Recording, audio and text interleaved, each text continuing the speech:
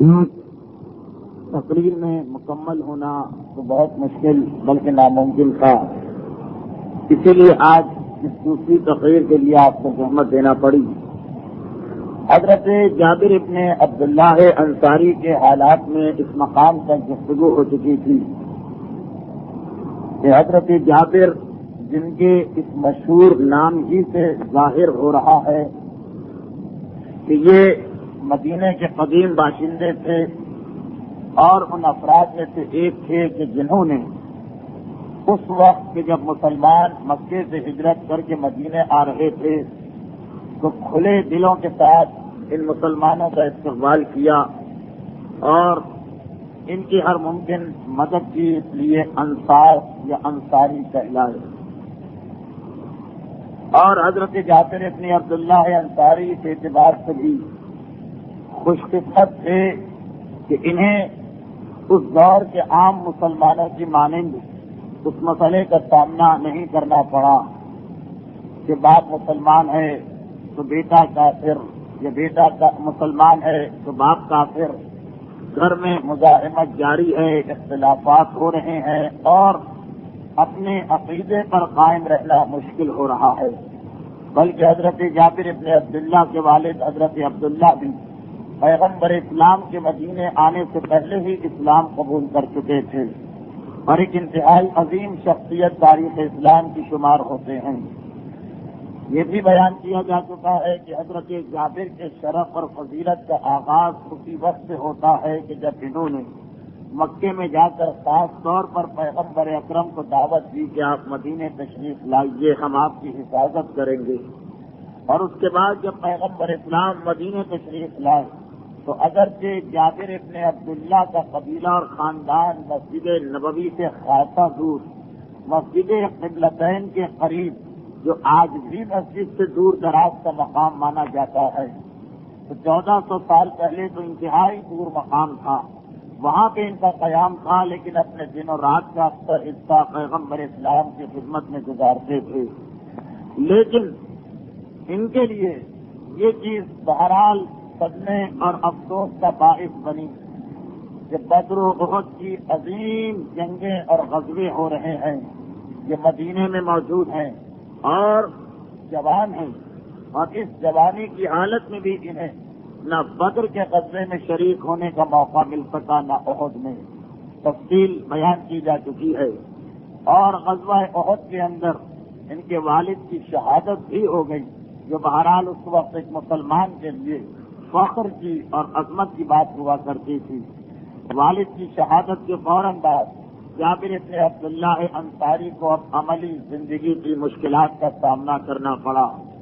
9 بہنیں، جن میں سے 7 بہت چھوٹی، باپ کا ایک بہت بڑا قرضہ اور بظاہر وسائل موجود نہیں کہ اس قرضے کو ادا کیا جائے اور بہنوں کی پرورش کی جائے۔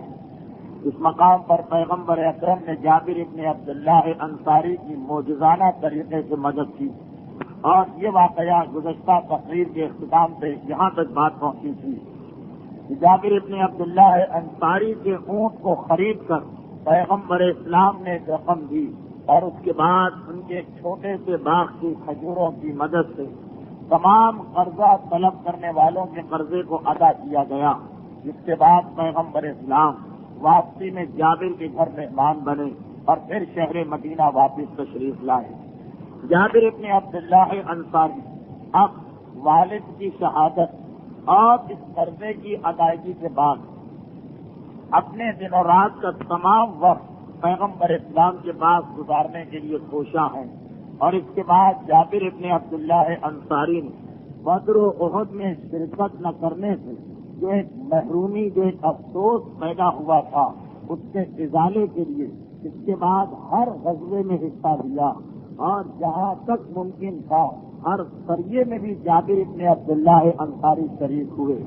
غزوہ اس لڑائی کو کہتے ہیں جس میں پیغمبر اسلام خود لشکر اسلام میں شامل ہوں، اور سریہ وہ لڑائی ہے کہ پیغمبر خود مدینے میں تشریف فرما ہوں اور ایک لشکر کو تیار کر کے کسی کی قیادت میں مقابلے کے لیے، دشمن سے جنگ کے لیے بھیج دیں۔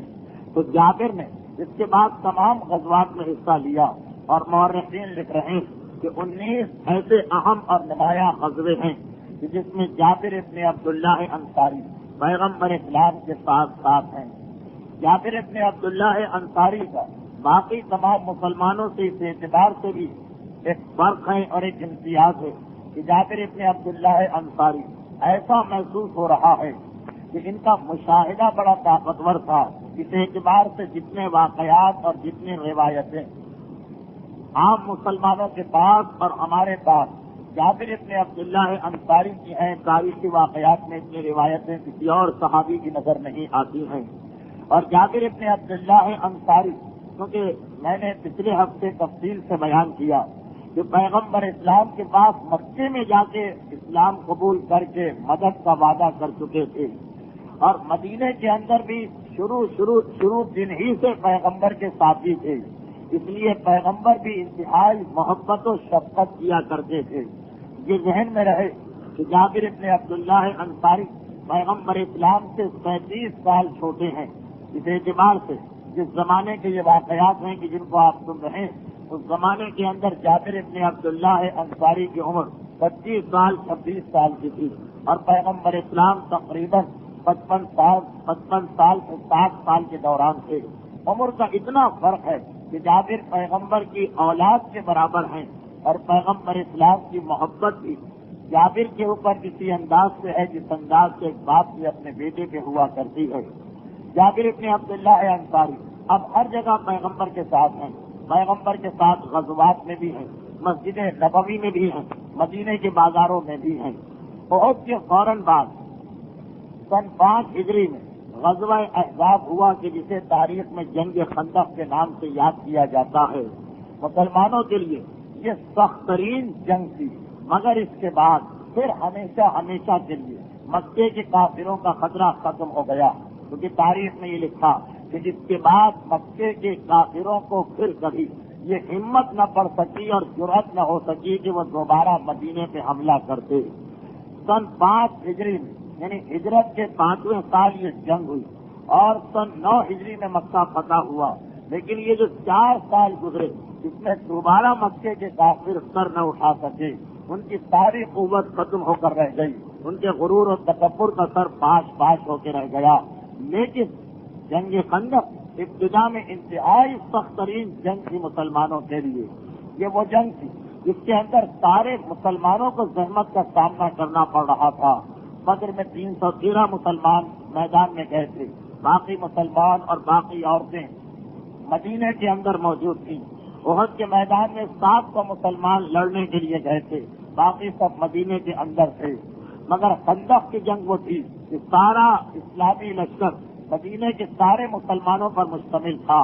مسلمان مدینے کے اندر ہیں، اور چونکہ کافر اکیلے نہیں آئے ہیں بلکہ انہوں نے 1.5 سال تک تیاری کی۔ عرب کے جتنے قبیلے تھے سب کے نام دعوت نامے بھیجے، ہر ایک کی فوج کو حاصل کیا، اور ان سارے قبیلوں کی فوج کو جمع کر کے مکے کے کافر اپنی قیادت میں لے کے آئے، اسی لیے اس کا مشہور نام غزوہ احزاب ہے۔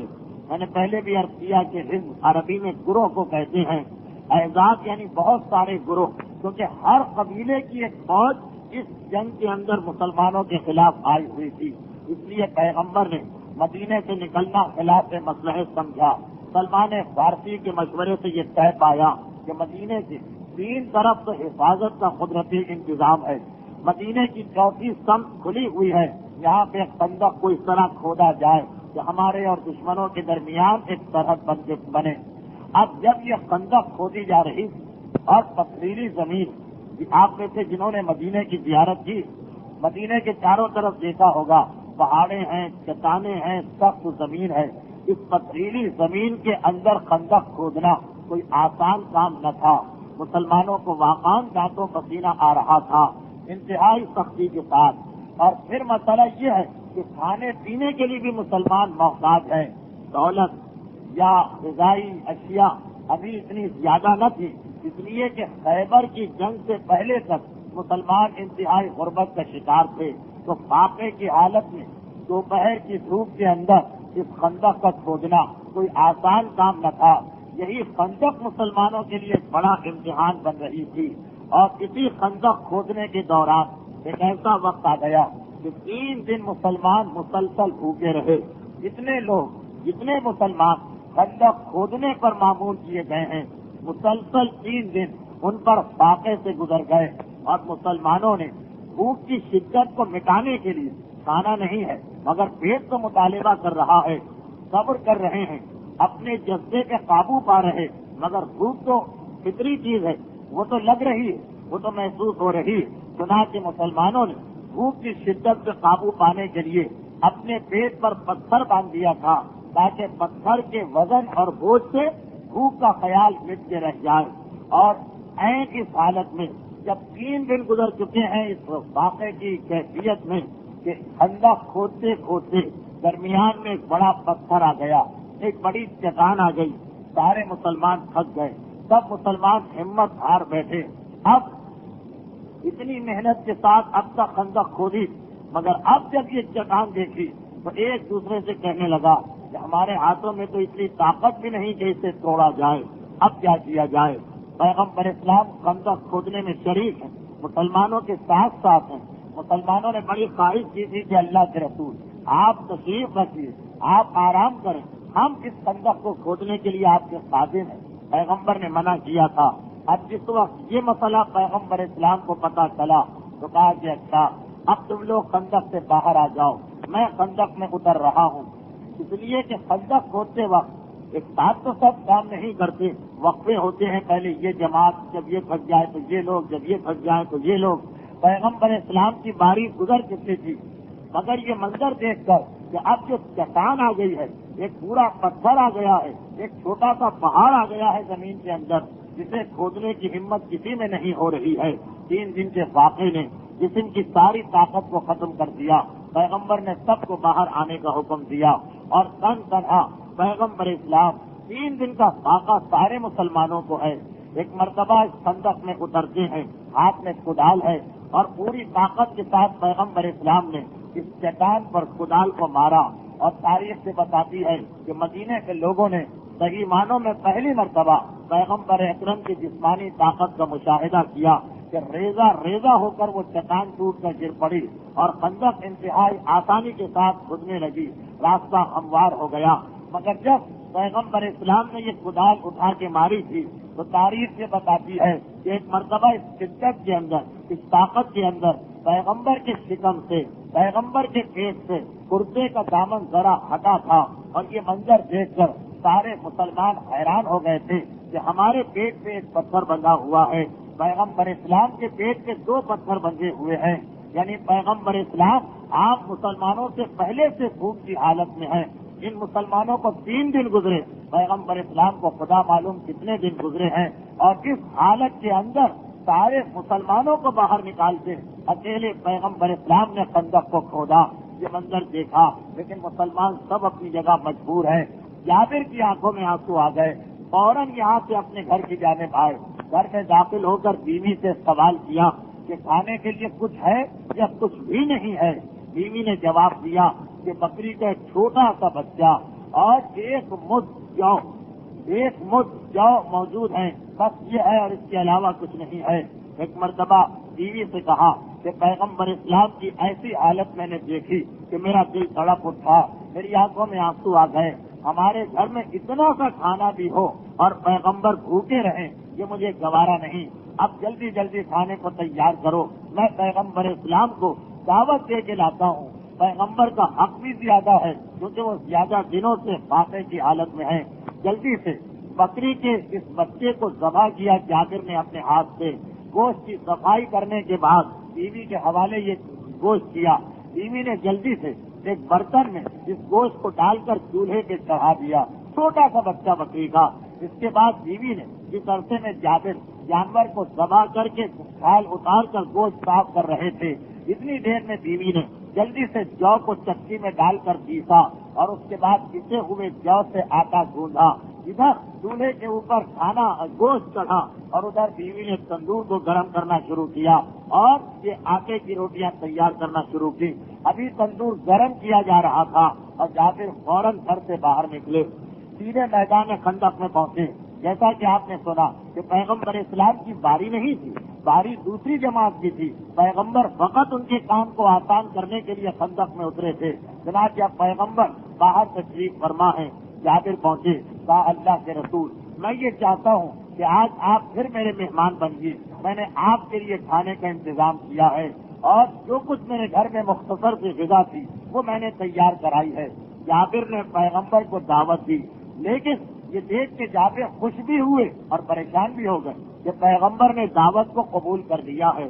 خوشی تو بالکل صحیح کہ اللہ کے رسول کسی مسلمان کے گھر میں آنے کی دعوت قبول کر لے، جابر خوش ہوئے، مگر فوراً پریشان ہو گئے کہ جب پیغمبر اسلام نے جابر کی دعوت کو قبول کرنے کے بعد ایک مرتبہ کھڑے ہو کر بآواز بلند کہا کہ اے مسلمانوں، تم لوگ بھوک کی شدت سے پریشان تھے، مطمئن ہو جاؤ، آج تمہارے بھائی جابر ابن عبداللہ نے تمہارے لیے اپنے گھر میں دعوت کی ہے اور تم سب کے کھانے کا انتظام وہاں پہ ہے، جلدی جلدی کام کو مکمل کرو، اس کے بعد ہمیں جابر کے یہاں چلنا ہے۔ جابر نے جو سنا سب انتہائی پریشان کہ میرے پاس گھر میں فقط ایک آدمی کے کھانے کا سامان ہے، میں نے اللہ کے رسول کے لیے دعوت کا انتظام کیا ہے اور پیغمبر نے سارے مسلمانوں کو دعوت دے دی، اب سارے مسلمان گھر پہ آئیں گے تو کیا حالت ہوگی، شرمندگی کتنی ہوگی جابر کو، جابر کیا کہیں۔ اور ادھر پیغمبر نے مسکرا کے کہا جابر جاؤ اور جا کے جلدی سے مہمانوں کا انتظام کرو، یہ سارے مہمان آنے والے ہیں، مگر دیکھو اپنی بیوی سے کہہ دینا کہ چولہے پر سے برتن کو نہ اتاریں جب تک کہ میں نہ آ جاؤں اور تندور میں سے روٹیوں کو نہ نکالیں جب تک کہ میں نہ آ جاؤں۔ یہ دو پیغام دیے اور جابر کو رخصت کیا۔ جابر جیسا کہ میں نے تقریر کی ابتدا میں عرض کیا کہ مشاہدہ انتہائی تیز ہے، ذہن اور حافظہ انتہائی طاقتور ہے، ساری یعنی اتنی کثرت سے روایتیں یاد رکھی کہ بہت کم مسلمان جابر کا ساتھ دے سکے، مگر اس وقت اتنے پریشان کہ پیغمبر کے پورے فرمان کو سن بھی نہ سکے۔ پریشانی کی حالت میں جب اتنی ندامت ہوگی، اب کتنی پریشانی ہوگی، مسلمان تو کتنی توقعات لے کے آئے ہوں گے۔ ایسا آدمی جس کے اپنے گھر میں کھانا ہو، جس کا پیٹ بھرنے کا انتظام ہو، وہ کہیں دعوت پہ جائے اور میزبان اس کی صحیح خدمت نہ کر سکے تو اتنی شرمندگی نہیں ہوتی، لیکن جب یہ 3 دن کے فاقہ زدہ مسلمان اور انتہائی خوشی اور جوش کی حالت میں جابر کے گھر آئیں گے اور پتہ چلے گا یہاں کچھ بھی نہیں تو جابر کے لیے کتنی ندامت ہوگی۔ جابر پریشان ہو کے گھر میں آئے اور ادھر بیوی کھانا آخری مرحلے میں تھا، تندور کے اندر روٹیاں لگا چکی تھی، گوشت تقریباً پک چکا تھا۔ ایک مرتبہ بیوی نے اپنے شوہر کو پریشان آتا دیکھا تو گھبرا کے سوال کیا کیا پیغمبر اسلام نے دعوت کو قبول کرنے سے انکار کر دیا؟ جابر نے کہا نہیں، اللہ کے رسول نے تو دعوت قبول کر دی ہے۔ تو بیوی حیران ہو کر کہتی کہ پھر تو تمہیں خوش خوش آنا چاہیے تھا، مسکراتے ہوئے آنا چاہیے تھا، یہ غمگین کیوں نظر آ رہے ہو؟ کہا کہ پیغمبر نے دعوت تو قبول کر لی ہے مگر سارے مسلمانوں کو بھی ساتھ میں دعوت دے دی ہے اور اب میں پریشان ہوں کہ کیا کروں، اتنی حیثیت بھی نہیں کہ اس وقت قرضہ لے کر کہیں سے کچھ سامان لے کے آیا جائے۔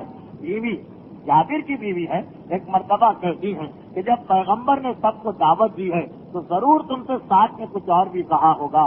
جابر کو یاد آ گیا، ہاں کہا تو تھا اور وہ پیغام تمہارے لیے تھا کہ جب تک کہ رسول نہ آئے اس چولہے پر سے برتن کو نیچے نہ اتارنا، اس ہانڈی کو نیچے نہ اتارنا اور تندور میں سے روٹیاں نہ نکالنا۔ بیوی نے کہا پھر مطمئن ہو جاؤ، جب اللہ کے رسول یہ کہہ رہے ہیں تو یقیناً پھر ہمارے لیے کوئی مسئلہ نہیں ہوگا، خوش ہو جاؤ، مطمئن ہو جاؤ۔ جابر اتنا ہی دل کو سمجھائیں مگر بہرحال آنے والی پریشانی تو پریشانی ہے۔ تھوڑی دیر گزری، ایک مرتبہ سارے مسلمان جابر کے گھر پہنچے۔ جیسا کہ میں نے گزشتہ ہفتے بھی عرض کیا کہ جابر کا گھر ایسے علاقے میں تھا کہ جو بہت ہی وسیع علاقہ ہے، کھلا علاقہ ہے، باغات کا علاقہ ہے، چنانچہ مہمانوں کو بٹھانا تو کوئی مسئلہ نہیں۔ ایک مرتبہ پیغمبر اسلام ان تمام مہمانوں کے ساتھ آئے، جابر نے ان کو تو باغ میں بٹھایا۔ پیغمبر نے کہا جابر میں تمہارے ساتھ تمہارے گھر کے باورچی خانے میں چلنا چاہتا ہوں۔ یہ جابر کا مقام اور عظمت بتانے کے لیے واقعات بیان کیے جا رہے ہیں۔ جابر حیران ہوئے، اللہ کے رسول اور باورچی خانے میں جائیں گے؟ پیغمبر نے کہا ہاں میں تمہارے ساتھ باورچی خانے میں چلنا چاہتا ہوں۔ جابر منع کیسے کرے؟ پیغمبر اسلام کو لے کے گھر میں آئے، باورچی خانے میں پہنچے۔ تاریخ کہہ رہی جب پیغمبر اسلام نے خود ایک مرتبہ چولہے پر سے اس برتن کو اتارا اور اس کے بعد جابر سے کہا کہ تندور میں سے روٹیاں نکالو. روٹیاں نکال کے رکھی گئی.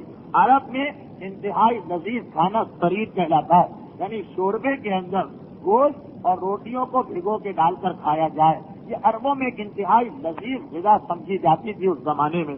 پیغمبر اسلام وہ جو شوربہ تھا جس کو جابر کی بیوی نے پہلے تیار کیا تھا، وہ چولہے پر پک رہا تھا، تندور میں روٹیاں لگی ہوئی تھی. پیغمبر اسلام نے اب ایک مرتبہ اپنے ہاتھوں سے اس شوربے کے اندر گوشت کی بوٹیاں ڈالنا شروع کی اور اپنے ہاتھوں سے روٹی کے ٹکڑے توڑ توڑ کے اس شوربے میں ڈالے جا رہے ہیں اور جابر سے کہتے جا رہے ہیں کہ تم برتن لے کے آؤ اور میں کھانا تیار کر کے برتن میں ڈالتا ہوں، تم باہر جا کے مہمانوں کے سامنے رکھو. یہ آپ کے ذہن میں اگر ہے تو یہ میں نے پچھلے ہفتے بھی بیان کیا تھا کہ جابر کے والد بھی انتہائی سخی تھے، مہمان نواز تھے، لوگوں کو اپنے گھر میں بلا کے دعوت دیا کرتے تھے. چنانچہ جابر کے گھر میں دعوت کے برتن کوئی مسئلہ نہیں، یہ تو والد کے زمانے سے چلا آ رہا. اب جابر یہ منظر دیکھ رہے ہیں کہ نہ پیغمبر جابر کی بیوی کو کھانے میں ہاتھ لگانے دے، نہ جابر کو یہ زحمت دے.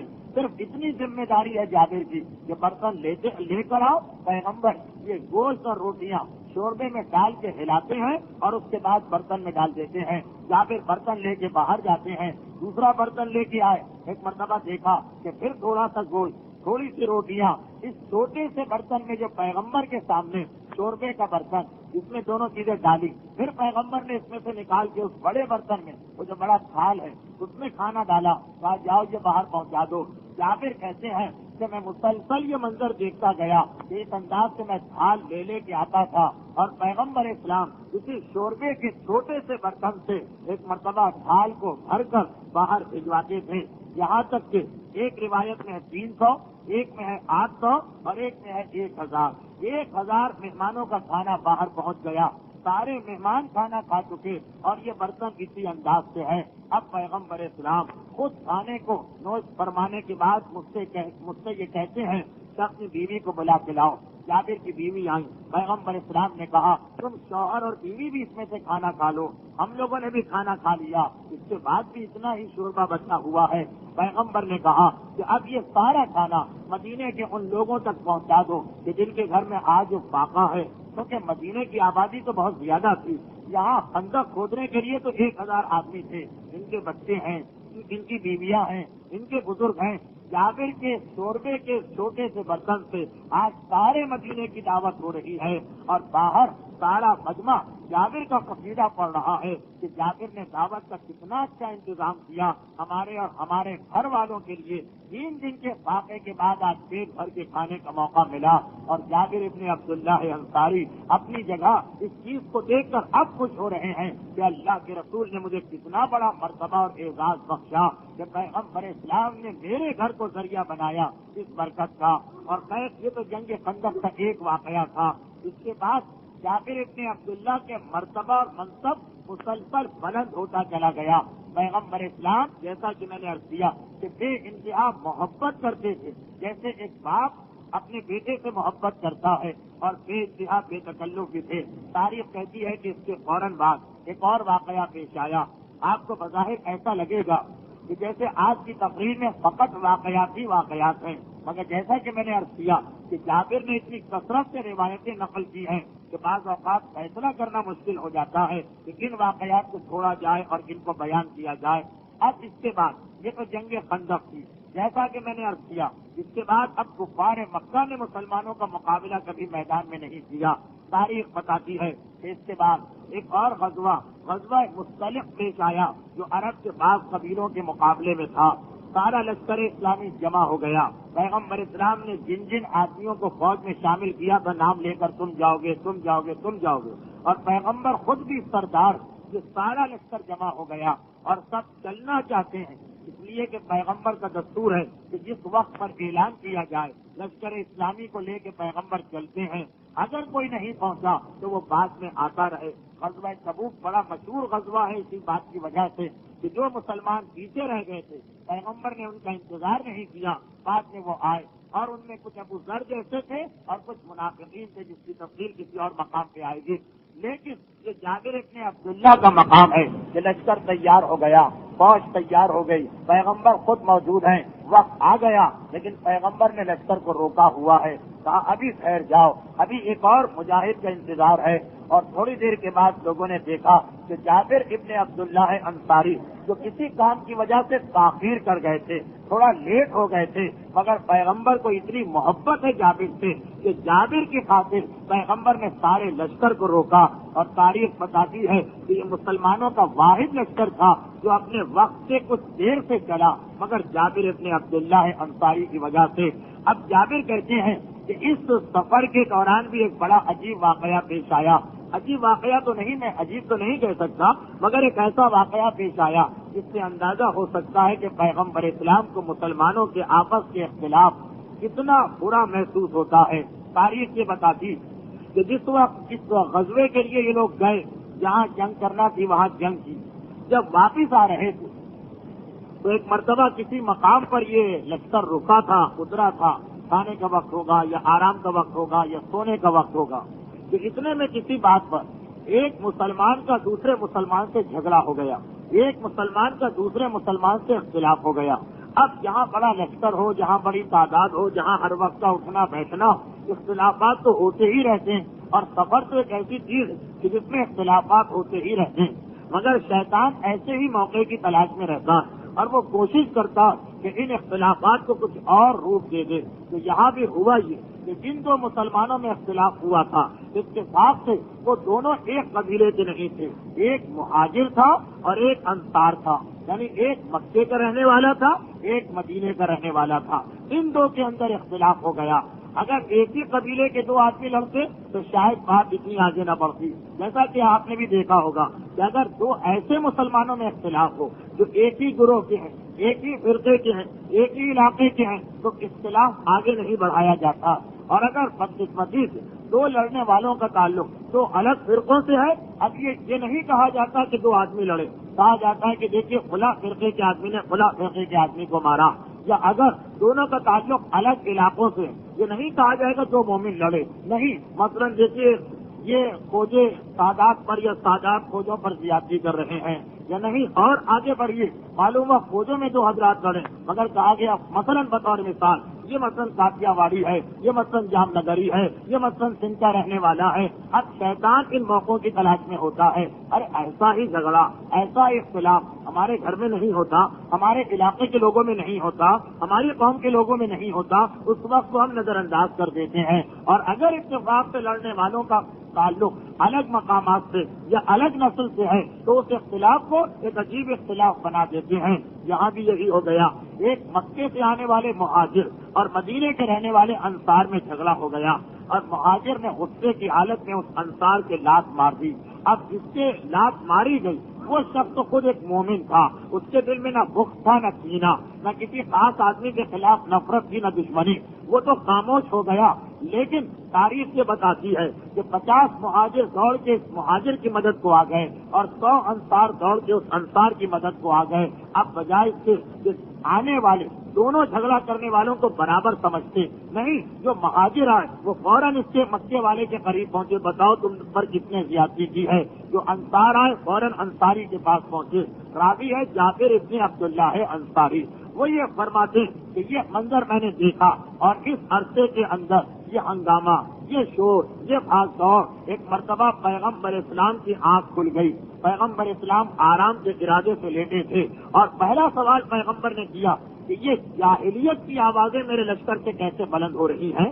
یہ تو دور جاہلیت کی آوازیں تھیں، ابو جہل و ابو لہب کے زمانے کی آوازیں تھیں۔ اب اسلام لانے کے بعد اگر کوئی اختلاف بھی ہوا تو لڑائی جھگڑا، اسے مارو، اسے کوٹو، اس سے بدلہ لو، اس سے انتقام لو، یہ آواز کبھی مسلمانوں میں سے تو بلند ہو ہی نہیں سکتی۔ اس لیے پہلا سوال پیغمبر کا یہ تھا، جو جابر کی روایت ہے، پیغمبر نے کہا یہ جاہلیت کی آوازیں میرے لشکر سے کیسے بلند ہو رہی ہیں؟ لوگوں نے کہا اللہ کے رسول، تو مسلمانوں کا آپس میں اختلاف ہو گیا ہے۔ پیغمبر اسلام نے کہا ان دونوں کو یہاں لے کے آؤ۔ وہ دونوں کو یہاں لائے گئے۔ پیغمبر نے ایک مرتبہ دونوں کے اختلاف کو ختم کرایا، مگر وہاں پہ شیطان موقع کی تلاش میں تھا۔ جابر کہتے ہیں کہ رئیس المنافقین عبداللہ ابن ابی، یہ وہ آدمی جو پیغمبر کے آنے سے پہلے مدینے کے سارے قبیلوں نے مل کے یہ طے کیا تھا کہ یہودیوں کا مقابلہ کرنے کے لیے جب پیغمبر اسلام مدینے نہیں آئے تھے، یہودی سارے مدینے کے کافروں نے طے کیا تھا کہ یہودی تو ہمیں پیچھے ڈال رہے ہیں، دبائے ڈال رہے ہیں، ان سے مقابلہ کرنے کے لیے ہمیں اپنا ایک سردار بنانا چاہیے۔ تو سارے قبیلے مل کر عبداللہ ابن ابی کو اپنا سردار بنانے کے تیار ہو گئے تھے، اور اس نے بھی آنے والی بادشاہت کے ساتھ دیکھنا شروع کر دیے تھے۔ مگر عین اسی موقع پر اسلام کا پیغام مدینے میں آیا اور اس کے سارے خواب جو تھے وہ ٹوٹ کر رہ گئے، بکھر کے رہ گئے۔ پتا چلا کہ جو کل تک حاکم بننے والا تھا آج اس کی حکومت پیغمبر کے ہاتھ میں چلی گئی۔ سارا مدینہ اللہ کے رسول کے پرچم تلے جمع ہو گیا۔ اس کے دل میں یہ بغض و کینہ تھا۔ اب اپنے کفر پہ تو نہیں رہا، اسلام کا اعلان تو کرنا پڑا، اس لیے کہ سارا مدینہ مسلمان ہو گیا، مگر ہر جگہ وہ موقع کی تلاش میں رہتا تھا۔ یہاں بھی اس نے سنا ایک مرتبہ کا شاہ جو کل ہمارے مہمان بن کے آئے تھے، جنہیں ہم نے اپنے گھروں میں جگہ دی تھی، آج ان کی اتنی ہمت کہ ہم جیسے عزت دار لوگوں پہ انہوں نے حملہ کیا ہے، ہم مدینے پہنچیں گے تو اپنی بے عزتی کا انتقام ان ذلیل لوگوں سے لیں گے معاذ اللہ۔ اب جیسا کہ میں نے کہا شیطان تو اس موقع کی تلاش میں ہوتا ہی ہے، یہ آواز بلند ہوئی، پیغمبر تک یہ پیغام پہنچایا گیا۔ پیغمبر نے کہا اس سے درگزر کرو، وہ اس کا دل جو کچھ چاہ رہا ہے اسے کہنے دو، مگر اس جھگڑے کو بڑھاؤ نہیں۔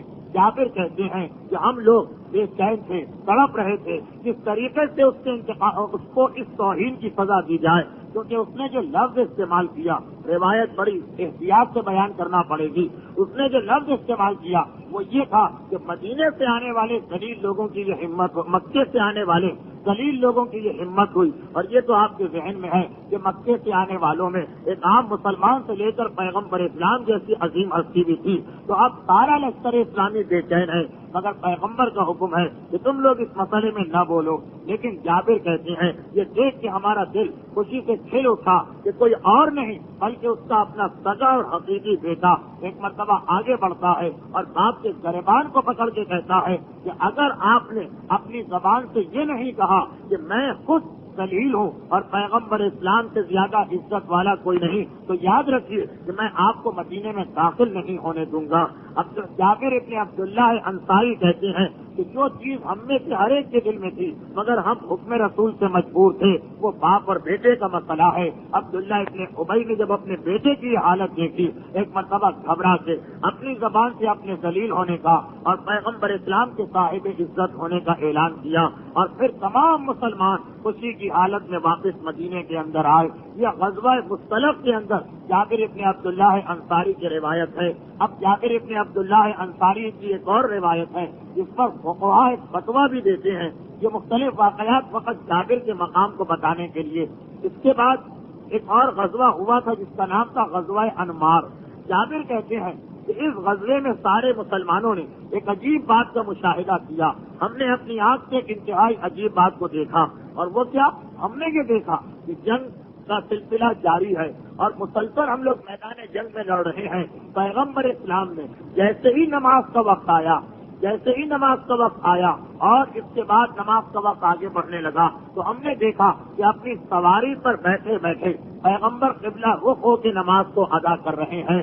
بس یہ جابر ابن عبداللہ انصاری کی روایت بعد میں سبب بنی اس فتوے کا کہ اگر کوئی آدمی مجبور ہو اور سواری پر بیٹھا ہو تو سواری ہی پر وہ بیٹھنے کی حالت میں عبادت اور نماز انجام دے سکتا ہے۔ اتنے سے فرق کے ساتھ کہ اس زمانے کی سواری اپنے سوار کے اختیار میں ہوتی تھی، جیسے پیغمبر اپنی سواری پر ہیں اس کا رخ قبلہ رخ کر سکتے ہیں۔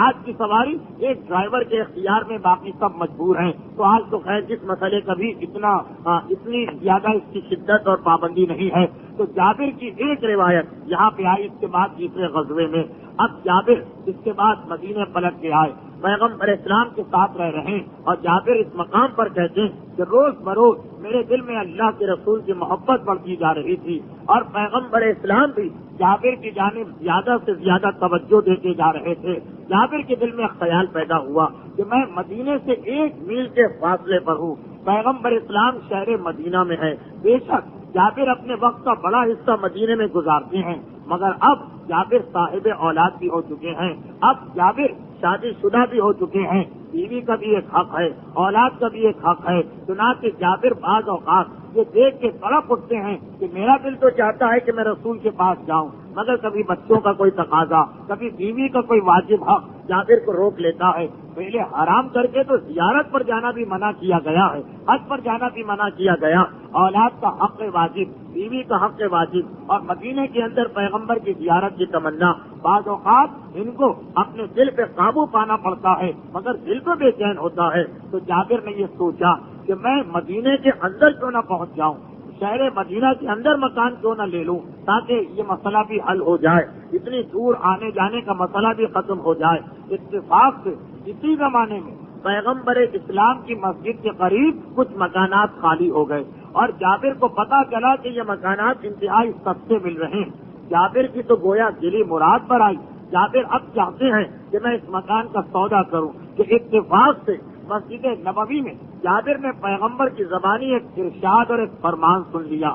جابر ابن عبداللہ انصاری پیغمبر کے احکامات پر انتہائی شدت کے ساتھ عمل کرنے والے، جس کام کو پیغمبر کو کرتا دیکھتے ہیں اس کو تمام زندگی اس کے اوپر عمل کیا کرتے ہیں، جابر کے بارے میں مشہور ہے۔ مثلا ایک مرتبہ جابر ابن عبداللہ انصاری کا مقام جب بہت بلند ہو گیا تھا اور وہ مسلمانوں کے سب سے بڑے فقیہ مانے جانے لگے تھے، یہ وہ دور تھا کہ جب جابر کے علاوہ رسول پیغمبر اسلام کے سارے صحابی انتقال کر گئے جو مدینے میں تھے۔ مدینے میں پیغمبر کے آخری صحابی جابر ہیں۔ تو ایک مرتبہ لوگوں نے دیکھا کہ جابر فقط ایک کپڑا پہن کے نماز پڑھ رہے ہیں۔ لوگوں نے یعنی ان کے شاگردوں نے حیران ہو کر کہا کہ جب آپ کے پاس ایک چادر بھی موجود ہے تو کیا ہی اچھا ہوتا کہ آپ 2 کپڑوں میں نماز پڑھتے۔ کہا کہ اس لیے میں نے ایک کپڑے میں نماز پڑھی کہ میں نے کبھی کبھی پیغمبر اسلام کو ایک کپڑے میں نماز پڑھتے بھی دیکھا تھا جبکہ دوسرا کپڑا تھا، تو فقط اس لیے کہ سنت رسول بالکل ختم نہ ہونے پائے میں نے آج دوسرا کپڑا ہونے کے باوجود پیغمبر کے اتباع میں ایک کپڑے میں نماز پڑھی۔ یا مثلا ایک مرتبہ پیغمبر اسلام نے بارگاہ الہی میں ایک دعا کے لیے مدینے سے باہر نکل کر ایک چھوٹا سا پہاڑ ہے۔ اب یہ ساری باتیں ان افراد کی سمجھ میں آسانی سے آ جائیں گی جو شہر مدینہ کی زیارتیں کر چکے ہیں۔ میدان خندق کے اندر اس وقت مدینے میں اس دور میں 6 مسجدیں بنی ہوئی، اور ان میں سے ایک مسجد کا نام ہے مسجد فتح۔ یہ وہ مسجد ہے کہ جس پر جنگ خندق کے دوران پیغمبر اسلام نے خدا کی عبادت کی تھی۔ یہ تھوڑی اونچائی پر ہے، پہاڑی پر، اور 3 دن تک روزہ رکھا تھا، اور تینوں دن روزے کے بعد خدا سے دعا مانگی تھی، مسلسل 3 دن۔ بعض روایتوں میں ہے کہ یہ 3 دن پیر، منگل اور بدھ کے دن تھے، اور مسلسل 3 دن دعا مانگی۔ تیسرے دن کی دعا کے بعد آندھی آئی، کافروں کے سارے خیمے اڑ گئے، اور مقداد ابن اسود کو پیغمبر نے کفار کی حالت معلوم کرنے کے لیے جاسوس بنا کے بھیجا، اور پتہ چلا کہ کفار پیٹ پھرا کے بھاگ گئے۔ تو یہ 3 دن جو پیغمبر نے یہاں روزے رکھ کے دعا مانگی، تو اس کے بعد تاریخ میں لکھا کہ جابر نے اس بات پر ہمیشہ عمل کیا، جب کبھی کوئی پریشانی ہوتی ہے، جب کبھی کوئی مسئلہ پیش آتا ہے، جابر ہمیشہ مدینے سے نکل کر، جبکہ مدینے میں خود قبر رسول ہے، وہاں بھی دعا مانگتے ہیں، جنت البقیع ہے وہاں بھی دعا مانگتے ہیں، مگر یہاں آ کر ضرور دعا مانگتے ہیں کہ یہ پیغمبر اسلام کے دعا مانگنے کا مقام، اس لیے ضرور اس کی ایک حیثیت و اہمیت ہے۔ تو اب کس حد تک جابر پیغمبر کے فرمان پہ عمل کرنے والے ہیں۔ تو جب جابر کو نیا مکان لینا تھا، مکان کیوں لے رہے ہیں؟ اس لیے کہ پیغمبر کی مسجد کے قریب آ جائیں، پیغمبر کی زیارت میں آسانی، نماز جماعت میں آسانی۔ یہ بھی جابر کے بارے میں لکھا کہ نماز جماعت کے انتہائی پابند تھے، گرمی ہو، دھوپ ہو، بارش ہو، کوئی بھی چیز ہو، جابر اتنی دور سے پیدل چل کے مسجد میں آتے ہیں کہ بعض اوقات قریب رہنے والوں کی ہمت نہیں پڑتی مسجد میں نماز پڑھنے کی۔ انتہائی شدید گرمی ہے اور انتہائی سلسا دینے والی گرم ہوا اور لو چل رہی ہے، قریب رہنے والے کی ہمت بھی نہیں پڑتی کہ اپنے مکان سے نکل کے مسجد میں جائے، لیکن جابر 1 میل سے چل کے دن میں 5 مرتبہ نماز جماعت میں شرکت کے لیے آیا کرتے ہیں۔ تو جابر نے یہ سوچا کہ قریب مکان مل رہا ہے، اسے خرید لو، بیوی بچوں کو بھی یہاں لے آؤ اور خود بھی یہاں زندگی گزارو۔ مگر اسی دن جب یہ خیال جابر کے دل میں پختہ ہو گیا، مسجد میں پہنچے تو پیغمبر اسلام کسی صحابی کے سوال کے جواب میں ارشاد فرما رہے تھے کہ یاد رکھو جب کوئی آدمی اپنے گھر سے نماز جماعت کے لیے نکلتا ہے تو ہر قدم پر خدا اسے 70,000 نیکیوں کا ثواب دیتا ہے اور اس کے 70,000 گناہ معاف کرتا ہے۔ پیغمبر نے صحابی کے سوال کے یہ جواب دیا۔ ایک مرتبہ جابر نے کہا اللہ کے رسول اگر ہر قدم پہ یہ ثواب ملتا ہے تو اگر کوئی زیادہ دور سے آئے تو زیادہ قدم چلے گا، کیا اس کا ثواب بڑھ جائے گا؟ پیغمبر نے کہا ہاں، جو مسجد کے پڑوس میں ہے اور وہاں سے نکل کے آئے اسے 50 قدم چلنے کا موقع ملا، اسے اسی حساب سے ثواب ملے گا، اور ایک آدمی 1000 قدم سے چل کے آئے تو اس کا ثواب 1000 گنا زیادہ بڑھ جائے گا۔ جتنی دور سے آؤ گے مسجد میں اتنا ثواب بڑھتا چلا جائے گا۔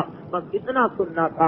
جابر نے اپنا ارادہ بدل دیا، یہ تو خدا کی رحمت سے مجھے ایک موقع ملا تھا ساری زندگی، مجھے پتا بھی نہیں تھا کہ اتنا ثواب مجھے مل رہا ہے۔ میں 1 میل چل کے آتا ہوں، 1 میل چل کے جاتا ہوں، دن میں 5 مرتبہ چلنا پڑتا ہے، مگر یہ قبول ہے اس لیے کہ اسی حساب سے ثواب اتنا بڑھ گیا۔ چنانچہ تاریخ کہتی ہے کہ پیغمبر اسلام کے انتقال کے بعد بھی جابر ابن عبداللہ انصاری مدینے سے باہر رہے، حتیٰ یہ کہ جب جابر ابن عبداللہ انصاری کی عمر کا وہ مرحلہ آیا کہ آنکھوں کی بینائی جواب دے گئی، جابر ابن عبداللہ انصاری نابینا ہو گئے، تب بھی جابر نے مدینے کے اندر مسجد کے قریب مکان نہیں لیا، اسی مکان میں رہے کہ یہاں سے وہاں تک جانے میں بے شک نابینا ہونے کے بعد آنکھوں کی روشنی ختم ہونے کے بعد مشکل تو بڑھ گئی، مگر یہ جابر کو گوارا ہے، اتنے ثواب سے محروم ہونا یہ جابر کو پسند نہیں۔ تاریخ کہتی ہے کہ ایک آدمی جابر نے اسی کام کے لیے ملازم رکھا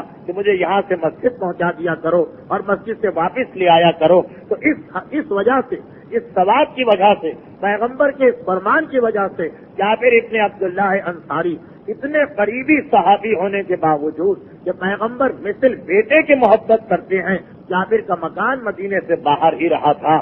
البتہ یہ بھی ذہن کے اندر رہے کہ پیغمبر اسلام کو یہ پسند نہیں ہے کہ آدمی اپنے آپ کو ایسی زحمت میں ڈالے کہ جو اس کے لیے ممکن نہ ہو۔ مثلا جابر کے لیے ممکن ہے لیکن ایک ایسا آدمی جس کے لیے ممکن نہیں ہے، وہ یہ روایت سن کے 1 میل دور کا مکان لے بیٹھے، 2 دن 4 دن ہفتہ 2 ہفتہ آئے گا، پھر وہ نماز ہی میں آنا چھوڑ دے گا۔ تو یہ جس کے لیے ممکن ہے، جس کے پاس اتنی طاقت ہے، اس کے لیے یہ اصول ہے، مگر آدمی بلا وجہ اپنے آپ کو زحمت میں ڈالے جبکہ وہ کام اس سے نہ ہو رہا ہو، یہ پیغمبر کو پسند نہیں۔ اور خود جابر ہی کی روایت سن لیجئے، جابر کہہ رہے ہیں کہ میں پیغمبر اسلام کے پاس بیٹھا ہوا تھا کہ ایک مسئلہ پیغمبر کے پاس پہنچا۔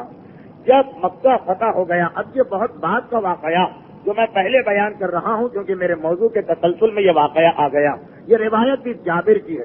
جابر کہہ رہے کہ میں پیغمبر کے پاس بیٹھا ہوا تھا کہ اتنے میں ایک مسئلہ، ایک قضیہ، ایک اختلاف پیغمبر کی بارگاہ میں پیش ہوا، اور وہ یہ کہ جب مسلمان مدینے میں بالکل جم گئے تھے، سیٹ ہو گئے تھے، ان کی حکومت اسٹیبلش ہو گئی تھی، وہ بالکل صحیح انداز سے مدینے میں زندگی گزار رہے تھے، تو پیغمبر نے آس پاس کے قبیلوں میں تبلیغ اسلام کا کام شروع کیا۔ صحابیوں کی جماعت جاتی ہے، 2 صحابی، 4 صحابی، 10 صحابی، چھوٹے چھوٹے گاؤں، بڑے بڑے قصبے، وہاں جا کے اسلام کی تبلیغ کرتے ہیں۔ جب کسی علاقے کے لوگوں کی ایک بڑی تعداد اسلام قبول کرتی تو پیغمبر وہاں مسجد بنواتے ہیں اور اس کے بعد مدینے کے کسی ایک صحابی کو بھیجتے ہیں کہ تم اتنے عرصے وہاں رہو، لوگوں کو نماز بھی پڑھاؤ، مسئلے بھی سکھاؤ اور دین کے احکام بھی بتاؤ۔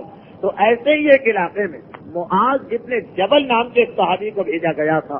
یہ معاذ ابن جبل وہی صحابی جن کی ایک بہت ہی مشہور روایت ایک زمانے میں پڑھی جاتی تھی، ایک کفن چور کے بارے میں جو کفن چراتا تھا، اور ایک مرتبہ اسی دوران اس نے ایک میت کی بے حرمتی کی اور اپنے گناہ پہ نادم ہوا۔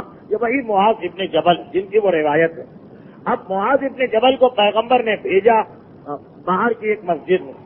ایک نیا ابھی اسلام دنیا والوں کے سامنے نیا آیا ہے، یہ سب لوگ ابھی مسلمان ہوئے، جوش زیادہ، جذبہ زیادہ، اور جوش و جذبے میں آدمی بعض اوقات وہ کام بھی کر لیتا کہ جو بعد میں اس کے لیے نقصان دہ ہو سکتا ہے۔ تو یہاں یہ مسئلہ ہوا کہ معاذ ابن جبل ایک دن نماز جماعت پڑھا رہے تھے، نماز کے بعد پتا چلا کہ ایک آدمی قبیلے مسلمان تو ہو گیا مگر اس نے جماعت سے ہٹ کر اپنی نماز الگ فرادہ پڑھی۔ یہ بات میں بتا دوں کہ اگر مسجد میں جماعت ہو رہی تو فرادہ نماز پڑھنے کی انتہائی مذمت ہے، انتہائی مذمت، بلکہ بعض حالتوں میں فرادہ نماز پڑھنا حرام ہے، اور نہ صرف حرام ہے بلکہ نماز ہی غلط ہو جاتی ہے، خصوصیت سے ایسے آدمی کے لیے جس کے فرادہ نماز پڑھنے سے پیش امام کی اور نماز جماعت کی توہین ہو رہی ہے، کہ شاید یہ آدمی پیش امام کو عادل نہیں مانتا یا جماعت کی اہمیت کو نہیں سمجھتا، یہ حرام بھی ہو جاتا ہے، اور جو نماز فرادہ پڑھی وہ غلط بھی ہو سکتی ہے بعض حالات میں۔ انتہائی مذمت ہے مسجد کے اندر جماعت کے وقت انسان اپنی نماز الگ اور تنہا پڑھے۔ معاذ ابن جبل نے یہ منظر دیکھا، ہاں بعض اوقات کوئی مسئلہ ہو جائے وہ بات دوسری ہے، جیسے یہ واقعہ معاذ ابن جبل نے یہ منظر دیکھا کہ ایک آدمی الگ نماز پڑھ کے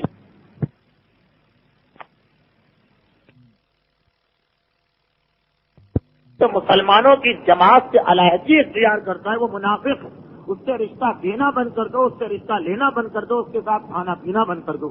معاذ نے ایک مرتبہ پلٹ کے یہ کہہ دیا۔ اب یہ جابر کی روایت اس اعتبار سے بھی بڑی مفید کہ ہر آدمی جو ایک حدیث اور ایک آیت کو پڑھ کر فتویٰ دینے لگتا ہے وہ بھی غور کرے کہ کتنی بڑی غلطی، روایت کس مقام کی ہے، اس کا مطلب کیا ہے، یہ سمجھے بغیر کہہ دینا۔ معاذ ابن جبل نے اس سے یہ کہہ دیا، اس کو بڑا برا لگا کہ میں نے تو اسلام قبول کیا، اپنے قبیلے کی مخالفت کر کے اللہ کے رسول کا کلمہ پڑھا، اور اس طرح مجھے منافق کہہ دیا گیا۔ باقی لوگ بھی پریشان ہو گئے۔ ایک مرتبہ یہ سارا قضیہ مدینے کے اندر مسجد نبوی میں پیش ہوا۔ معاذ ابن جبل بھی آئے، وہ آدمی بھی آیا، قبیلے کے لوگ بھی آئے، اور اس آدمی نے آ کر شکوہ کیا اللہ کے رسول، دیکھیے ہم لوگ ایک ایسے قبیلے سے تعلق رکھتے ہیں کہ سارا کام اپنے ہاتھوں سے کرتے ہیں، ہمیں محنت و مشقت کرنا پڑتی ہے، اونٹوں پہ پانی بھر بھر کے لانا پڑتا ہے، اگر سارا دن ہم محنت و مزدوری نہ کریں تو ہمارے بچے بھوکوں مر جائیں۔ کوئی مالدار آدمی نہیں، کوئی بہت بڑی پارٹی نہیں، بالکل غریب آدمی، سارا دن محنت کرتے ہیں تو شام کو کھانے کے لیے کچھ ہوتا۔ اور انہوں نے جب نماز شروع کی تو میں نے کئی دن یہ دیکھا، آج اس لیے میرے لیے مشکل ہو گیا کہ نماز شروع کی تو نماز کے اندر سورہ بقرہ کی تلاوت شروع کر دی۔ سورہ بقرہ قرآن کریم کا سب سے لمبا سورہ، 286 تو اس کے اندر آیتیں، تقریباً 2.5 پاروں یا 2.25 پاروں کے اوپر، یعنی پہلے پورا پارا پہلا ختم کرے، پھر دوسرا مکمل پارا، اس کے بعد تیسرے پارے کے گروپ سے زیادہ، انتہائی طولانی سورہ۔ اب معاذ ابن جبل ابھی اسلام اس قبیلے میں نیا پہنچا، خود معاذ ابن جبل ابھی نئے مسلمان ہوئے، انتہائی جوش ہے، جذبہ ہے، کسی طرح سے زیادہ لمبی نماز ہو، زیادہ بڑی دعائیں ہوں، جب بھی نیا نیا دین آتا ہے تو یہی جوش جذبہ ہوتا۔ اس نے کہا اللہ کے رسول، انہوں نے سورہ بقرہ شروع کر دیا، ایک رات کو میں نے سنا، دوسری رات کو میں نے سنا، مگر اللہ کے رسول ہم محنت و مشقت کرنے والے آدمی اگر ساری رات کھڑے ہو کر نماز پڑھیں تو دن کو کیسے کام کریں، اور ہمارے بچے بھوکوں مر جائیں گے۔ پیغمبر اسلام نے یہ سنا تو کیا کہا، جابر کہہ رہے ہیں، یہ جابر کی روایت، نہ اس آدمی کو ڈانٹا، نہ اس سے کہا کہ کیسے مسلمان تمہارا دل دعاؤں میں بھی نہیں لگتا، بلکہ یہ تو قرآن، اس لیے کہ بعض ایسے لوگ آج کے زمانے میں بھی پائے جاتے ہیں کہ خود عادی ہے بہت لمبی دعائیں پڑھنے، اور اب دوسروں کو زبردستی بٹھاتے ہیں کہ تم بھی شریک، اور وہ بیچارہ اگر شریک نہیں ہو رہا یا اگر اس کا دل نہیں چاہ رہا مگر زبان سے کیسے کہے، فوراً دعاؤں کی یا تلاوت قرآن کی بے حرمتی کا الزام اس کے اوپر لگا دیا جائے گا۔ اب جبر کر کے بیٹھتا ہے اور اسے بیٹھنا پڑتا ہے، نتیجہ کیا ہوتا ہے، اگلے دن وہ اس وقت مسجد ہی میں نہیں آتا جب وہ لمبی دعا پڑھی جاتی کہ میں جاؤں گا تو پھر مجھے شرما شرمی بیٹھ جانا پڑے گا۔ تو اب پیغمبر اسلام نے اس آدمی کے حضور کو تسلیم کیا اور معاذ سے کہا، معاذ کیا تم فتنہ پیدا کرنا چاہتے ہو مسلمانوں کے اندر؟ خبردار، آئندہ والشمس وضحاہا یا سبح اسم ربک الاعلی جیسے سورہ پڑھو، اس سے زیادہ لمبا سورہ نہ پڑھنا، اس لیے کہ جب بھی کوئی شخص کسی مقام پر مسلمانوں کی کسی جماعت کا امام بنتا ہے تو اس کا فرض ہے، یہ جابر کہہ رہے ہیں کہ پیغمبر کا فقرہ، کہ اضعف المامومین کا خیال رکھے، یعنی اپنے جو اس کے ساتھی ہیں ان میں سب سے کمزور آدمی کا خیال رکھتے ہوئے نماز پڑھائے۔ جیسے ہماری فقہ کا مسئلہ بھی ایک پیش امام کے لیے حکم ہے کہ اپنی طاقت کو نہ دیکھے بلکہ اپنے نمازیوں کی طاقت کو دیکھے، بوڑھے لوگ ہیں، بیمار لوگ ہیں، تھکے ہوئے لوگ ہیں، مختصر نماز پڑھ کے فارغ کرے۔ یہ بھی جابر ابن عبداللہ انصاری کا واقعہ ہے کہ انہوں نے یہ کہا کہ ایک طرف آپ نے اس سے پہلے دیکھا کہ جابر مدینے میں 1 میل چل کے نماز جماعت کے لیے آ رہے ہیں اور پیغمبر تعریف کر رہے کیونکہ جابر میں اتنی طاقت اور جذبہ، دوسری طرف اگر ایک نماز میں لمبا سورہ پڑھا دیا گیا، پیغمبر مذمت کر رہے ہیں اس اعتبار سے کہ جس آدمی میں اتنی استطاعت نہیں اس پر اتنا بوجھ ڈالنا صحیح نہیں۔ اس کا مطلب یہ نہیں کہ واجب و حرام میں تبدیلی کر دی جائے، مگر اس کے علاوہ جو چیزیں ہوتی ہیں ان کا خیال رکھنا چاہیے۔ یہی سبب ہے کہ آپ دیکھیں کہ مثلا ایران اور عراق اور عرب ممالک میں نماز جماعت کتنے جلدی ختم ہوتی ہے کہ ہر آدمی کے لیے آسانی، جو دعائیں پڑھنا چاہتا ہے اس کے بعد بیٹھ کے ساری رات پڑھے، جو جلدی جانا چاہتا ہے فوراً فارغ ہو جائے۔ اور ہمارے یہاں بعض مقامات پر اس طولانی ہونے کی وجہ سے جذبہ رکھنے کے باوجود لوگ شریک نہیں ہو پاتے۔ تو اب جابر ابن عبداللہ انصاری پیغمبر کے ساتھ ساتھ ہیں، اور اگرچہ گھر ان کا دور ہے مگر پیغمبر کی صحبت کو ہر چیز پہ ترجیح دیتے ہیں۔ اور پھر جابر ابن عبداللہ انصاری کی زندگی میں ایک ایسا واقعہ پیش آیا، کہ جو جیسا کہ میں نے اس سے پہلے بھی بیان کیا، واقعہ بہت بعد کا ہے، بیچ سے کچھ حالات رہے جا رہے مگر وقت کم ہو رہا ہے، اور وقت کی کمی کی وجہ سے بعض لوگ کہتے ہیں کہ آپ کیوں اس کا خیال کرتے ہیں، ہم سنیں، مگر وہی جو روایت ابھی آپ نے سنی کہ جو عام مجمع اس کی بات ہو رہی کہ پیغمبر کا حکم ہے کہ اس کا خیال رکھو، اتنا زیادہ مختصر ہو کہ بات ہی پتہ نہ چل سکے کہ کیا کہی گئی، اور نہ اتنی طولانی ہو کہ آنے والوں کے لیے زحمت۔ اس لیے میں ایک اور واقعے کو سنا کر آج کی گفتگو اختتام تک پہنچاتا ہوں، اور یہ اندازہ تو مجھے پہلے ہی تھا کہ جابر جیسی عظیم شخصیت کے حالات ایک یا دو تقاریر میں نہیں آ سکیں گے، کم سے کم ایک تقریر اور یعنی آئندہ بدھ کی ہمیں کرنا پڑے گی جس میں یہ حالات مکمل ہوں گے۔ تو خیر، جابر کے پیغمبر اسلام سے قربت اور محبت کا اندازہ اس ایک بات سے بھی کر لے، مسلمان تو محبت کرتا ہی ہے رسول سے، لیکن اصل معیار تو یہ ہے کہ پیغمبر بھی اس سے اتنی ہی محبت کریں۔ تو جابر اس معیار پر اس طرح پورے اترتے ہیں کہ تاریخ سے بتاتی ہے کہ جابر مدینے کے ان چند صحابیوں میں سے ایک تھے جن سے پیغمبر اتنے بے تکلف تھے کہ اکثر قرضہ لیا کرتے۔ جب پیغمبر اسلام کو کبھی ظاہری ضرورت پیش پڑتی تو جابر سے کہتے ہیں کہ جابر پیسے کی کمی ہے، اگر کچھ پیسہ ہے تو مجھے قرضہ دے دو۔ پیغمبر کا کسی سے قرضہ لینا اور بار بار لینا یہ خود اس بات کا ثبوت ہے کہ پیغمبر کو کتنی محبت اور کتنا بھروسہ ہے جابر پر۔ اور یہ بھی جابر ہی کی روایت ہے، یعنی کئی روایتیں ہیں جن میں سے ایک جابر کی بھی کہ پیغمبر نے شروع میں قرضہ لیا اور پھر واپس کیا، بعد میں یہ ہونے لگا کہ پیغمبر قرضہ لیتے تھے اور واپسی کے وقت کچھ بڑھا کے واپس کرتے تھے۔ جابر سے 100 روپے لیے، واپسی میں 125 روپے واپس کیے، جس پر آج تمام فقہا فتویٰ دیتے ہیں کہ اگر قرض دینے والا شرط لگائے کہ واپسی میں زیادہ دینا تو یہ سود اور حرام، وہ شرط نہ لگائے تو لینے والے کے لیے مستحب ہے کہ وہ واپسی میں زیادہ دے۔ یہ مستحب کہاں سے آیا؟ پیغمبر اور جابر کے معاملے سے کہ پیغمبر ہمیشہ قرضہ زیادہ دیا کرتے۔ اور پھر تاریخوں میں یہ کہ ایک مرتبہ 11 ہجری آ چکی، 11 ہجری کون سا سن ہے جس کی 28 صفر کو پیغمبر اس دنیا سے تشریف لے گئے؟ 11 ہجری کا سن آ چکا، مگر ابھی کسی کے ذہن میں یہ خیال تک نہیں تھا کہ 1 مہینے 1.5 مہینے کے بعد ہمیں اتنا بڑا غم دیکھنا پڑے گا۔ جابر ایک دن پیغمبر کے پاس تشریف فرما، پیغمبر نے کہا جابر تم نے ہماری بڑی خدمت کی اور تم کو ہم سے جو محبت ہے ہمیں اس کا احساس۔ بحرین اس وقت بحرین مسلمانوں کے ہاتھ میں آ چکا اور بحرین ایک انتہائی مالدار علاقہ۔ پیغمبر نے کہا بحرین سے جو اس سال پیسہ آئے گا میں اس میں سے تمہیں 500 درہم دوں گا۔ یہ پیغمبر نے جابر سے وعدہ کیا، اور اس کے بعد وہ پیسے آنے سے پہلے پیغمبر اسلام کا انتقال ہو گیا۔ اب تاریخ یہ بتاتی کہ پیغمبر اسلام کے انتقال کے بعد ایک مرتبہ بحرین سے وہ پیسے آئے، زکوٰۃ و صدقہ اور رد مظالم و کفارات، جو بحرین کے مسلمانوں نے پیسے مدینے بھجوائے تھے۔ حاکم وقت نے یہ اعلان کیا کہ اگر کسی سے پیغمبر نے یہ وعدہ کیا ہے کہ اس سے کچھ دیا جائے گا، یا اگر پیغمبر اسلام نے کسی سے کوئی قرضہ لیا تو وہ آئے اور آ کر اپنا پیسہ وصول کرے، اس لیے کہ پیغمبر اسلام کا مال مدینے آ پہنچا۔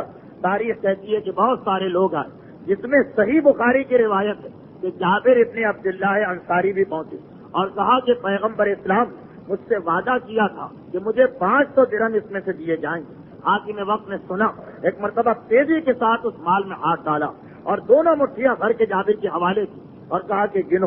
جب جابر نے گنا پتا چلا کہ یہ 1500 درہم۔ حاکم نے کہا اگر پیغمبر نے تم سے وعدہ کیا تو 500 درہم پیغمبر کی طرف سے لے جاؤ اور دگنا اس کا دگنا میری طرف سے لے جاؤ، پیغمبر کا وعدہ ہے۔ تم کتنی عظیم شخصیت ہو۔ یہ کہہ کہ جابر کے حوالے یہ سارے پیسے کیے گئے، اور اس مقام پر مورخ پریشان ہو کے بیٹھ جاتا ہے کہ کہ جابر نے آ کر کہا تھا کہ پیغمبر نے مجھ سے وعدہ کیا تھا، جیسا کہ میں نے کہا صحیح بخاری کی روایت ہے، مگر نہ گواہ طلب کیا گیا نہ دستاویز کو مانگا گیا۔ جابر نے کہا ہے، جابر کا دعویٰ قبول ہے، اور رسول کی اپنی بیٹی جسے رسول نے صدیقہ طاہرہ کا لقب دیا ہے، وہ آ کر کہتی ہے کہ میں کچھ مانگ نہیں رہی، جو میرے پاس ہے، میرا بابا مجھے دے کے گیا ہے، میرے ہاتھ میں ہے، میرے قبضے میں ہے، وہ میرا حق ہے۔ تو حق کو یہ کہہ کے لیا جا رہا کہ پہلے گواہ پیش کرو، اور گواہ بھی آئیں گے۔ تو ایک طرف جابر کے دعوے پر اتنا بھروسہ کہ صرف جابر کی زبان سے سن کے مان لیا گیا، یہاں نہ صدیقہ کی بات مانی گئی، نہ علی کی بات مانی گئی، نہ حسن حسین کی بات مانی گئی، نہ ام ایمن کی بات مانی گئی۔ یہ کنیز ہے، وہ بچے ہیں، وہ تمہارے شوہر ہیں، اور تم خود مدعی ہو۔ اندازہ کریں اس تضاد کا۔ تو جابر ابن عبداللہ انصاری، پیغمبر نے وعدہ کیا اور حق ملا، اس پر کسی کو اعتراض نہیں ہے، مگر یہ جو فرق ہمارے سامنے آتا ہے تو انسان گھبرا جاتا ہے، انسان پریشان ہو جاتا ہے، اور اس سے زیادہ تعجب ان لوگوں پر ہوتا، اس سے زیادہ تعجب ان لوگوں پر ہوتا کہ جو صدیقہ طاہرہ کو مانتے بھی ہیں۔ کل کا دن گزرا، جشن خوشی کا دن، شہزادی کے اس دنیا میں آنے پر جشن کا سما، اور میں اتنا اس مقام پر بتاتا جاؤں کہ شہزادی کونین کی دنیا میں آمد در حقیقت دو پریشانیوں سے مسلمانوں کو نجات ملی تھی، اس اعتبار سے کہ جتنے لوگ بھی اسلام لا چکے تھے، اسلام قبول کر چکے تھے، کیونکہ یہ بت پرستی سے دائرہ اسلام میں آئے تھے، اس لیے مسلمان تو ہو گئے، مگر بعض لوگوں کے ذہن میں ابھی پرانے خیالات باقی تھے۔ جیسے ہماری مثال کہ چونکہ ہم لوگ ہندوستان اور پاکستان کے صاحبان ایمان ہندوؤں کے درمیان رہے، بعض ایسے ہیں کہ جو نسلاً جن کا پہلا تعلق ہندوؤں ہی سے تھا اور بعد میں اسلام کو قبول کیا، بعض ایسے ہیں کہ نہیں، نسل تو بالکل آل رسول ہے، مگر یہاں رہ کر اتنا اثر قبول کیا کہ ہیں مسلمان مگر چند چیزوں میں اسلام کو مانتے ہیں اور باقی چیزوں میں ہندوؤں کے رسم و رواج کو اپنایا ہوا، باقی چیزوں میں ہندوؤں کے توہمات کو ذہن کے اندر رکھا ہوا۔ ایک پوری فہرست ہے اس قسم کی چیزوں کی، آپ نے خود دیکھا ہوگا، سبزے کے بارے میں تصور، انڈے کو توڑنے کا تصور، ناریل کو توڑنے کا تصور، چاول کو اڑانے کا تصور، غرض یہ کہ ایک فہرست ہے، کیونکہ وقت بھی کم ہے، موضوع بھی یہ نہیں۔ تو اسی انداز سے وہاں کے لوگ جو اس وقت مسلمان ہو رہے تھے، کوئی 30 سال تک کافر تھا، کوئی 40 سال تک کافر تھا، کوئی 50 سال تک کافر، جب اتنے سالوں کے بعد وہ لوگ مسلمان ہوئے تو ابھی تو پہلے ان کو لا الہ کا کلمہ پڑھایا جا رہا، کلمہ تو یہ پڑھ لیتے ہیں، لیکن باقی خیالات اور باقی نظریات وہی پرانے اپنے بت پرستی کے زمانے، اور ان میں ایک نظریہ یہ تھا کہ لڑکی کبھی لڑکے کے برابر ہو ہی نہیں سکتی، لڑکی کا مقام لڑکے کے برابر ہو ہی نہیں سکتا، لڑکے کا مرتبہ اور مقام ہمیشہ بلند۔ حتیٰ یہ کہ یہ خیال مردوں ہی کے ذہن میں نہیں تھا، خود عورتوں کے ذہن میں بھی تھا۔ ماں ہے، بیٹا پیدا ہوگا تو خوش ہوتی، بیٹی پیدا ہوگی تو غمگین ہو جاتی، بہنیں ہیں، بھائی آئے تو خوش ہوتی، بہن خود بہنوں کو بہن ملے تو وہ غمگین ہو جاتی۔ یہ خیال مسلمانوں کے ذہن میں تھا۔ جیسا کہ میں نے ابھی عرض کیا کہ پیغمبر اسلام کے ساتھ پیغمبر اسلام کی سیرت میں ہمیں کچھ واقعات ایسے نظر آتے ہیں جن کی بظاہر کوئی ضرورت نہیں، مگر پروردگار نے اسی لیے ان واقعات کو پیش کیا تاکہ لوگوں کے ذہن سے غلط خیال نکلے۔ بعض لوگ مجھ سے بھی کہہ دیتے ہیں کہ بھائی آپ نے یہ بات بتائی، ہم نے مانا کہ ٹھیک، مگر کیا ضرورت تھی اس طرح کہنے کی، کیا ضرورت تھی اس چیز کو لوگوں کے سامنے پہنچانے کی؟ ٹھیک ہے، بس ٹھیک ہے، کتابوں میں ہے، یا زیادہ سے زیادہ یہ کہ آپ سرسری بتا دیں، یہ ہر چیز کی گہرائی میں جانا اور ہر چیز کو واضح کرنا، اس کی کیا ضرورت تھی؟ سیرت پیغمبر میں ہمیں واقعات ملتے ہیں، مثلا عربوں میں پرانی رسم یہ ہمارے ہندوستان اور پاکستان میں بھی، کہ جب کوئی شخص کسی لڑکی یا لڑکے کو اپنی گود میں لے کے اس کی پرورش کرتا ہے، مثلا ایک آدمی بے اولاد ہے، اس کی اولاد نہیں، اس نے کسی کا لڑکا یا کسی کی لڑکی لے لی، 6 مہینے کی، 4 مہینے کی، 2 مہینے کی اولاد لے لی اور اپنی گود میں اپنا بیٹا بنا کے اس کو پالا یا اپنی بیٹی بنا کے اسے پالا، یا یہ کہ کوئی مستحق اور غریب اور پریشان حال یتیم و یتیمہ نظر آئے، اپنی اولاد ہے مگر اس کی پریشانی کی وجہ سے اس کو لائے اور اعلان کیا یہ بھی ہمارا بیٹا۔ تو عربوں میں یہ دستور تھا کہ یہ لڑکا واقعاً اسی باپ کا بیٹا مان لیا جاتا تھا، یہ لڑکی واقعاً اسی باپ کی بیٹی مان لی جاتی تھی، اور ہمارے یہاں بھی یہ فقہی اعتبار سے ٹھیک ہے، آپ نے بڑی نیکی کا کام کیا کہ کسی کو پالا، کسی کی پرورش، لیکن اگر وہ لڑکا ہے 15 سال کا ہو گیا، اب اس کے لیے یہ نامحرم ہے کہ جس کو یہ ماں کہہ رہا ہے، لڑکی 9 سال کی ہو گئی، ٹھیک ہے، بڑی نیکی کی، مگر جس نے اس کو پالا ہے اس کے لیے تو یہ نامحرم ہے۔ کیونکہ رشتہ اسلام اس رشتے کو مانتا نہیں، نیکی کو تسلیم کرتا، نیکی کا ثواب بتاتا، یہ رشتہ اسلام نہیں مانتا۔ تو خیر اب تاریخ یہ بتاتی کہ یہ عربوں میں بڑی شدت سے رواج تھا، اس رواج کو ذہنوں سے نکالنا تھا۔ اچھا، پیغمبر نے بھی ایک بچے کو اپنی گود میں پالا تھا جن کا نام تھا زید ابن حارثہ۔ انشاءاللہ 2-3 ہفتوں کے بعد ان کے حالات بھی بیان کیے جائیں گے۔ اب عرب کے اندر جو کافر عرب ہیں وہ تو ان کو پیغمبر کا بیٹا مانتے ہیں، ٹھیک ہے، ان کا عقیدہ ہے، مگر جو مسلمان ہو گئے تھے اب تک ان کے ذہنوں میں یہی خیال ہے کہ یہ تو پیغمبر ہی کے بیٹے ہیں، کہ بھائی جس کی گود میں پرورش پائی یہ اسی کا بیٹا ہوا کرتا۔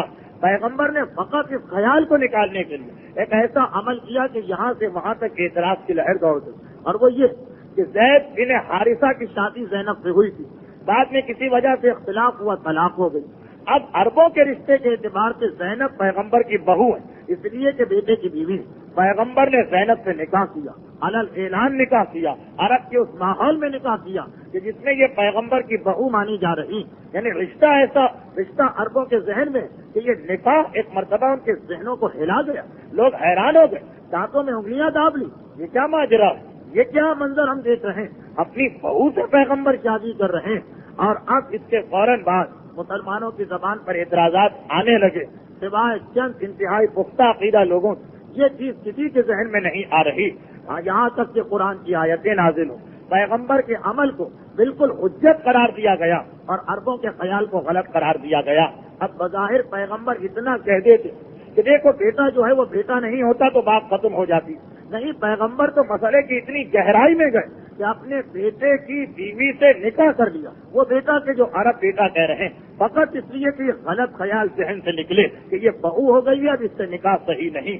تو اس واقعے کا مطلب یہ کہ مسلمان ہونے کے باوجود کچھ لوگوں کے ذہن میں پرانے خیالات جمے ہوئے تھے، ان کو ذہن سے نکالنا۔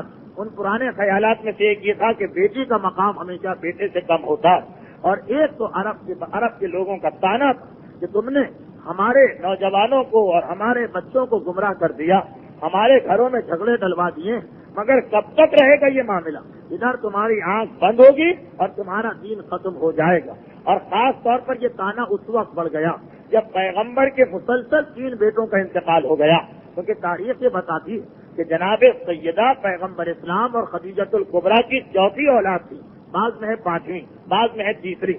اس سے پہلے قاسم، طیب اور طاہر، یہ 3 بیٹے پیغمبر اسلام کے یہاں ہو چکے۔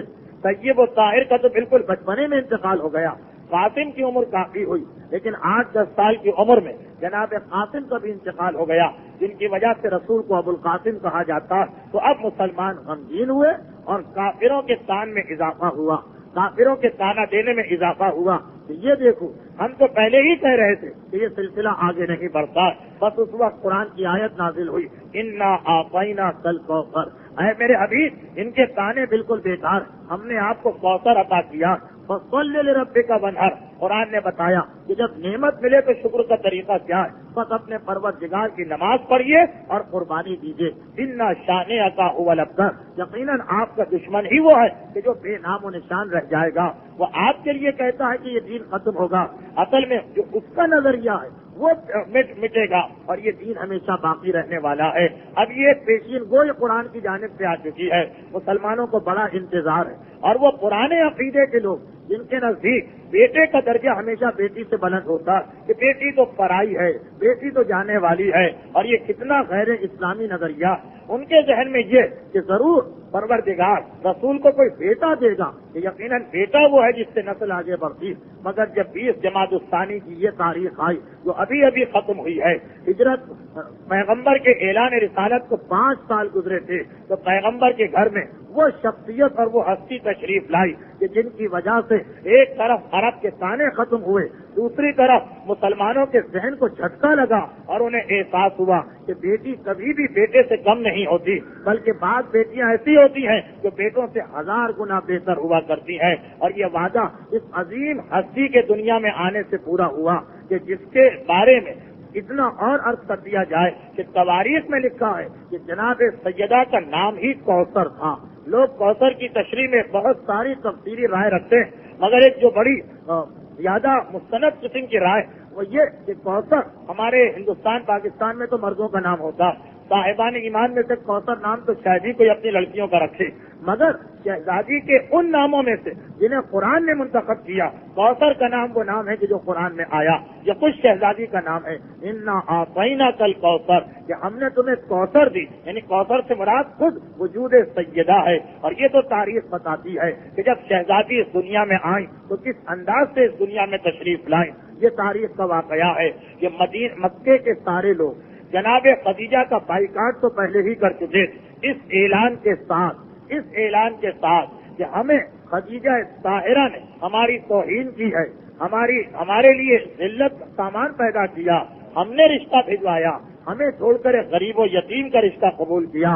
تاریخ بتاتی ہے کہ یہ تو پہلے ہی مکمل بائیکاٹ تھا، لیکن جیسے جیسے شہزادی کی ولادت کی تاریخ آ رہی تھی، خدیجہ طاہرہ کی پریشانی اور بڑھ رہی تھی۔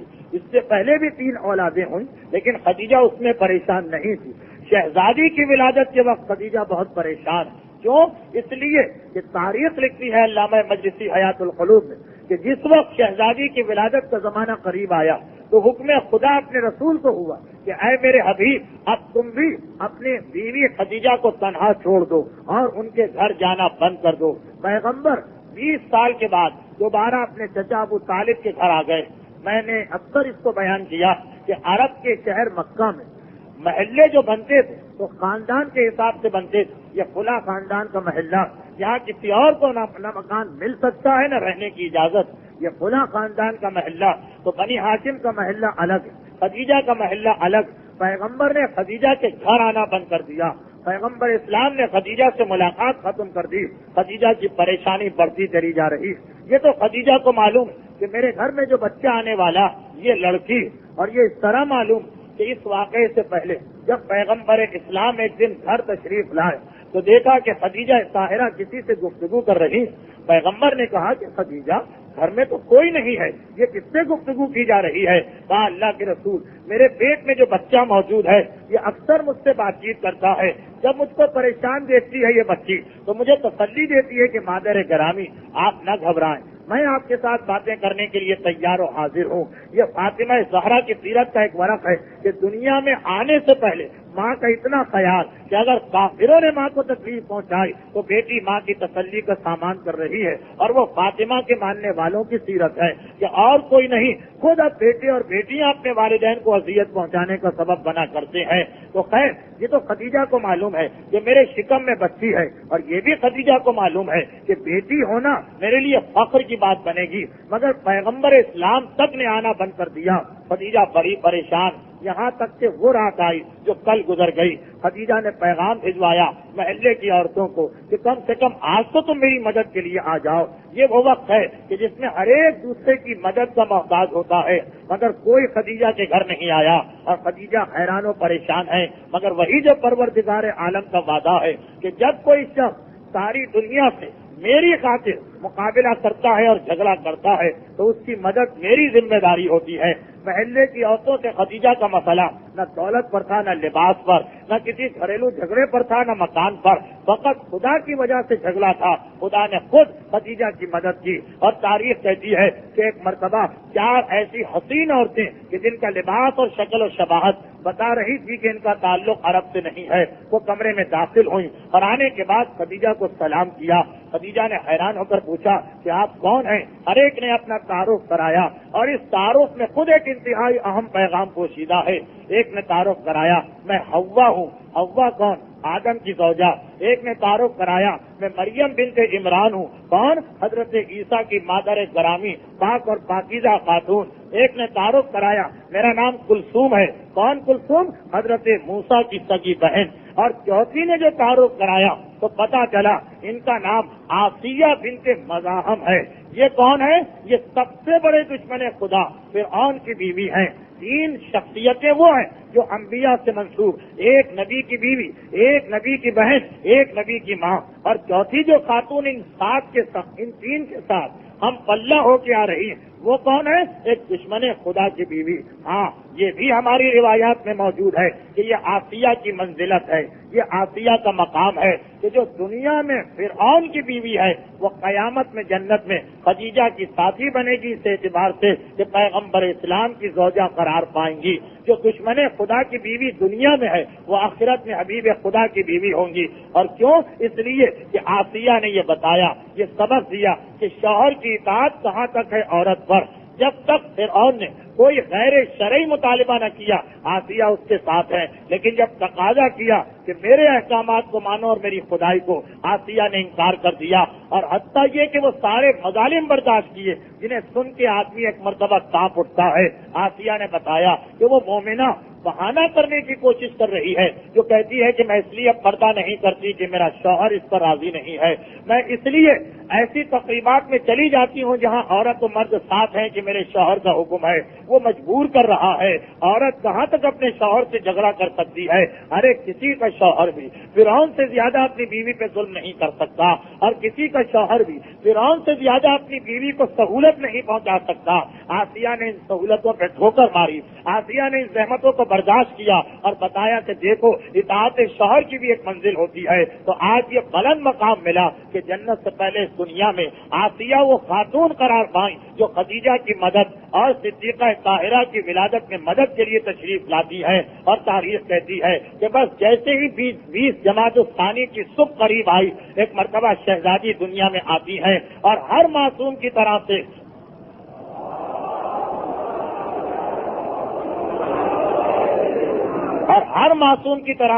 دنیا میں آتے ہی شہزادی نے اپنی پیشانی زمین پہ رکھی اور ایک مرتبہ پہلے گواہی دی، میں گواہی دیتی ہوں کہ میرے پروردگار کے علاوہ کوئی میرا معبود نہیں، اور میں گواہی دیتی ہوں کہ میرے بابا اللہ کے رسول اور بندے ہیں، اور میں گواہی دیتی ہوں کہ میرا شوہر اللہ کا ولی ہے، اور میں گواہی دیتی ہوں کہ میری اولاد میں 11 امام اس دنیا والوں پر خدا کی حجت ہے۔ یہ گواہی دی شہزادی نے اس دنیا میں سب سے پہلے آتے ہی، اور یہی سبب ہے کہ اسلام آج بھی مومن کو حکم دیتا ہے کہ دیکھو جب تمہارے یہاں کسی بچے کی پیدائش ہو، تمہارا بچہ معصوم نہیں ہے، تمہاری بچی معصومہ نہیں ہے، وہ معرفت کی اس منزل پر نہیں ہے، مگر کم سے کم تمہاری ذمہ داری ہے کہ وہ زبان سے نہ کہہ سکے، تم اسے اپنی گود میں اٹھاؤ اور ایک کان میں اذان کہو، ایک کان میں اقامت کہو۔ کبھی آپ نے غور کیا ہے یہ اذان و اقامت کا پیغام دینے سے اسلام کا مقصد کیا ہے؟ اسلام کا مقصد صرف یہ ہے کہ ذہنوں سے یہ خیال نکالو، ادھر بیٹا پیدا ہوتا ہے، ادھر بیٹی پیدا ہوتی ہے، والدین کے ذہن میں ایک مرتبہ خیالات آنے لگتے ہیں، اسے ڈاکٹر بنانا ہے، اسے انجینئر بنانا ہے، اسے کاروبار سکھانا ہے، اسے باہر تعلیم کے لیے بھیجنا ہے، اس کی مطلب اچھے مقام پہ شادی کرنا ہے۔ اسلام کہتا ہے یہ ساری باتیں بات کی ہیں، پہلی دعا یہ کرو کہ خدا اس کو نمازی بنائے، اسی لیے حی علی الصلاۃ کا فکرہ اس کے کان میں ڈالو۔ ابھی وہ نماز پڑھ نہیں سکتا، ابھی وہ نماز سمجھ نہیں سکتا، مگر پہلی آواز اس کے کان میں یہی جائے کہ ہمیں نماز کے لیے آنا ہے۔ یہ اولاد کا حق والدین پر قرار دیا گیا۔ صدیقہ طاہرہ معصومہ ہے، وہ آ کر شکر کا سجدہ ادا کر کے عقائد کو بیان کر رہی۔ تمہارا بیٹا اپنی زبان سے عقیدہ بیان نہیں کر سکتا تو تم اپنی زبان سے اس کے کان میں عقیدہ ڈالو اور اس کے فوراً بعد عمل کی بات کرو۔ تو اب شہزادی ایک کونین اس دنیا میں آئیں، اور یہ تاریخ بتاتی ہے کہ مکے کی زندگی میں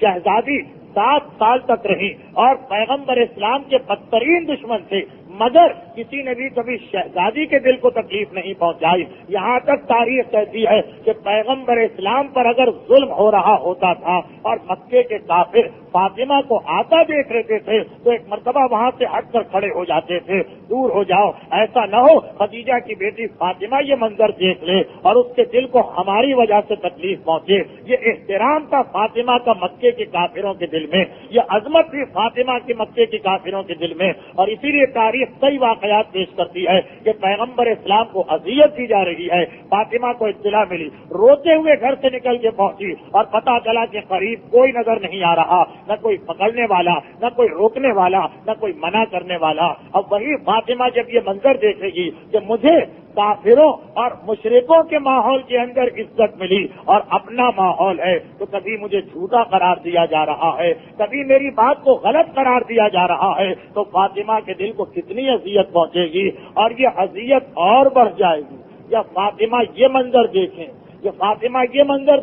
کہ میرا حق چھیننے والوں میں وہی نہیں ہے کہ جو مجھ سے دشمنی کرتے ہیں، نہیں، میرا کلمہ پڑھنے والے، میری ولادت کی جشن کی محفلوں میں آنے والے، میری شہادت کی مجلسوں میں آنسو بہانے والے، وہ بھی میرا حق غصب کرنے والوں میں شامل ہیں، کیونکہ امام معصوم کا یہ اعلان ہے کہ یاد رکھو، ہر وہ مومن جس کے مال میں خمس واجب ہو گیا ہے اور وہ خمس نہیں نکالتا، وہ گویا ہمارے حق کو غصب کرتا ہے۔ اور تاریخ یہ فقرہ بتاتی ہے، مصلحتیں اجازت نہیں دیتی کہ ہر بات کھل کر کی جائے، مگر صرف اتنا عرض کرنا ہے کہ تاریخ یہ بتاتی ہے کہ جب شہزادی نے کہا کہ یہ میری ملکیت ہے، میرے بابا نے مجھے تحفہ دیا ہے، ماننے سے انکار کر دیا، ہم یہ دعویٰ نہیں مانتے، گواہ لاؤ۔ کہا کہ شہزادی نے کہا کہ ٹھیک ہے، اگر تم اس بات کو نہیں مانتے تو اتنا تو مانتے ہو کہ میں رسول کی بیٹی ہوں، چلو میرا حصہ دے دو۔ کہا کہ نہیں، ہم یہ بھی نہیں مانتے، اس لیے کہ رسول کی بیٹی کو کبھی جائیداد سے حصہ نہیں ملتا۔ کہا اچھا یہ بھی نہیں مانتے،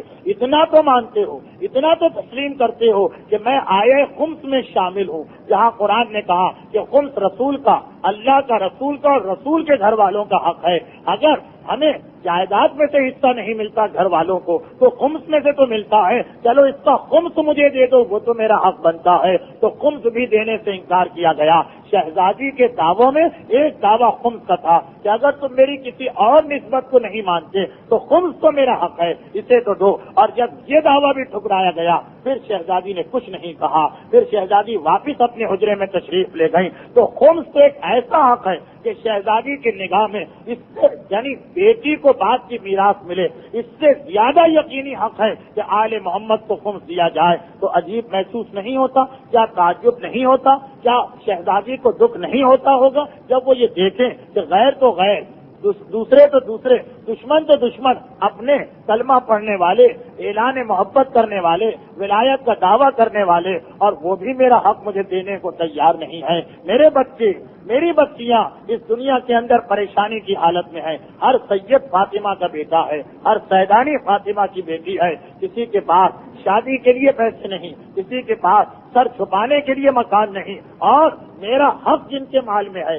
میں یہ نہیں کہہ رہی کہ تم اپنی ضروریات کو روکو، نہیں، تم خمس، فقط خمس اپنی بچت کا 5واں دے دو، تاکہ میری بچیاں رات کو بھوکی تو نہ سونے پائیں، تاکہ میرے بچے، تاکہ میری اولاد وہ بے لباس و بے مکان تو نہ ہونے پائے۔ مومن فاطمہ کی یہ فریاد سننے کو بھی تیار نہیں۔ ہاں، جشن ولادت منایا جا رہا ہے، اور یہ نہیں دیکھا جا رہا کہ ہم جب اس کی اتنی خوشی منا رہے ہیں، ہمارے لیے یہ خوشی وبال بننے والی ہے۔ یہ بھی ذہن میں رہے کہ جناب سیدہ کا نام فاطمہ کیوں ہے؟ فاطمہ کہتے ہیں اس کو کہ جو کسی چیز کو کاٹنے والا ہو۔ تو روایت میں نام کی ایک وجہ یہ بتائی گئی ہے کہ جو کہ وجود شہزادی سے ان کے ماننے والے جہنم سے کاٹ دیے گئے ہیں۔ اب شہزادی کو ماننے والا جہنم میں نہیں جا سکتا، مگر شرط یہ ہے کہ کم سے کم اس کی گردن پر شہزادی کا حق تو نہ باقی ہو۔ تو یہ جشن ولادت ہم سے یہی تقاضا کرتا ہے کہ باقی گناہ، ہر گناہ بدتر ہے، مگر کم سے کم ایسا گناہ نہ ہو کہ میدان قیامت میں ہم آل محمد کے مجرم بن کے کھڑے ہوں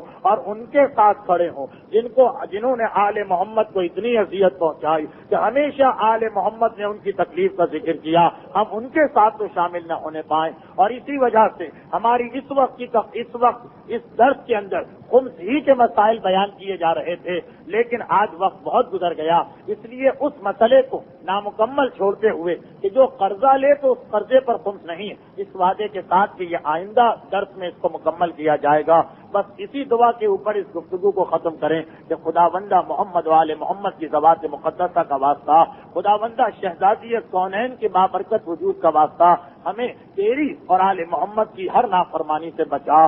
خداوندہ ہمارا کوئی ایسا عمل نہ ہو جو آل محمد کے دل کو تکلیف پہنچانے کا سبب بنے۔ خداوندہ شہزادی کونین کے وجود کا واسطہ ہمیں دنیا اور آخرت میں ان کے ماننے والوں میں شمار فرما، ہمیں ان کی سیرت کے اتباع کی توفیق عطا فرما، اور خداوندہ ان مصائب کا واسطہ جو آل محمد اور شہزادی کونین نے جن کا مشاہدہ کیا، ان کے ماننے والوں کو ہر مصیبت و پریشانی سے نجات دلا، اور خداوندہ شہزادی کونین کے وجود کے اس دنیا میں آنے کی اس مقدس رات اور دن کا واسطہ ہمارے تمام مرحومین کی مغفرت فرما، اور اگر وہ کسی قسم کے عذاب میں گرفتار ہیں تو ان کے عذاب کو معاف فرما، اور خداوندہ ان مظالم کے انتقام کے لیے وارث محمد و آل محمد امام زمانہ کے ظہور میں تعجیل فرما۔ ربنا تقبل منا انک انت السمیع العلیم۔ اس